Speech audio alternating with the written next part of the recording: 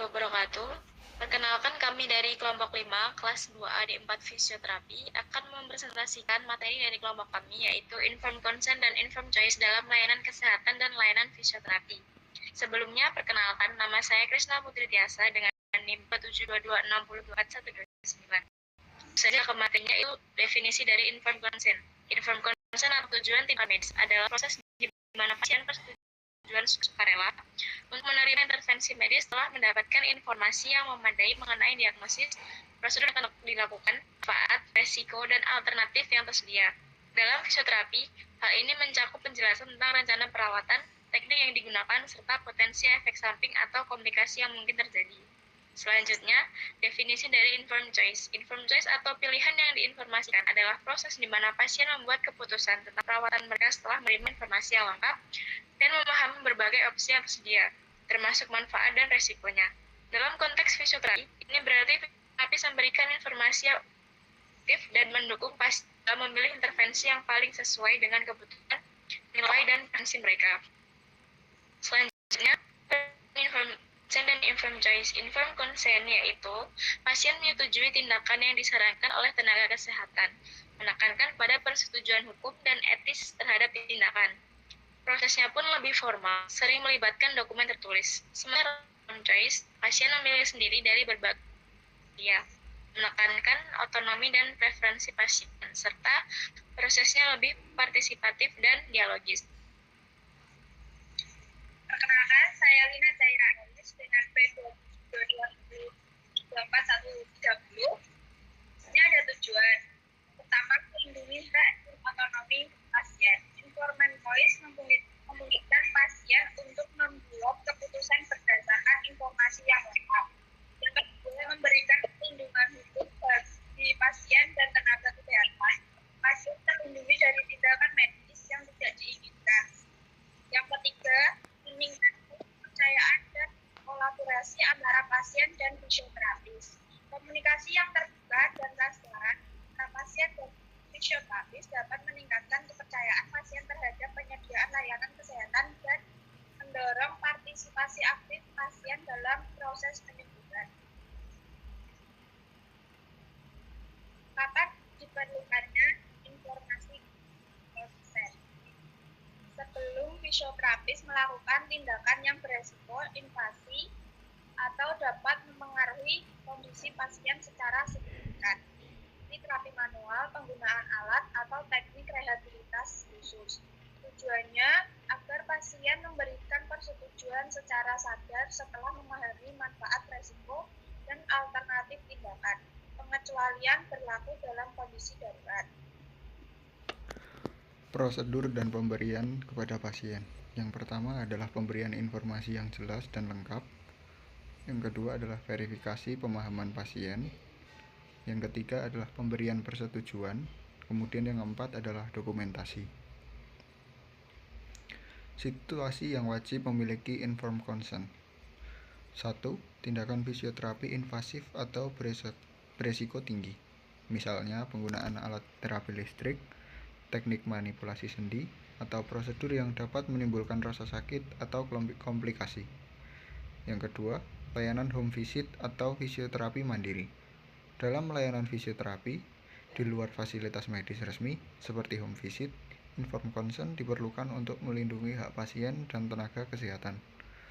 Yang ketiga, penelitian atau studi klinis yang melibatkan pasien. Jika tindakan fisioterapis dilakukan dalam konteks penelitian atau uji klinis, pasien harus memberikan persetujuan setelah memahami tujuan, prosedur, dan potensi resiko. Yang keempat, pasien dengan kondisi khusus. Untuk pasien di bawah umur dengan gangguan mental atau dalam pengampuan, persetujuan diberikan oleh wali sah atau keluarga yang berwenang. Implementasi informed choice di klinik atau rumah sakit. Yang pertama, penyampaian informasi yang komprehensif.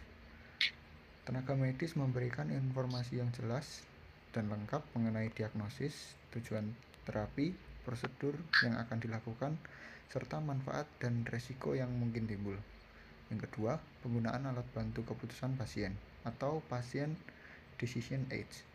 Alat bantu seperti brosur, video, atau aplikasi digital digunakan untuk membantu pasien memahami pilihan yang ada dan mendukung proses pengambilan keputusan bersama antara pasien dan tenaga medis.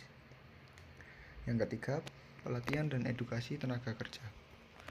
Tenaga medis diberikan pelatihan mengenai teknik komunikasi efektif dan pendekatan shared decision making untuk meningkatkan keterlibatan pasien dalam proses pengambilan keputusan. Yang keempat, evaluasi dan pemantauan proses. Proses informed choice dievaluasi secara berkala untuk memastikan bahwa pasien benar-benar memahami informasi yang diberikan dan membuat keputusan yang sesuai dengan preferensi dan nilai-nilai mereka. Selanjutnya perkenalkan, nama saya Margareta Bulan dengan NIM P2722602431. Materi selanjutnya yaitu kendala informed consent di lapangan. Yang pertama, ketidaklengkapan pengisian formulir. Studi di sebuah rumah sakit di Jawa Timur menemukan bahwa 94 formulir informed consent tidak diisi dengan lengkap. Hal ini disebabkan oleh kurangnya pemahaman tenaga medis dan ketidaktahuan pasien tentang hak-hak mereka. 2. Kurangnya pemahaman oleh tenaga medis. Penelitian menunjukkan bahwa beberapa dokter muda belum sepenuhnya memahami konsep dan pentingnya informed consent, sehingga proses penyampaian informasi kepada pasien tidak optimal. 3. Keterbatasan waktu dan beban kerja. Tenaga medis sering menghadapi tekanan waktu dan beban kerja yang tinggi, sehingga proses informed consent dilakukan secara terburu-buru dan tidak mendalam.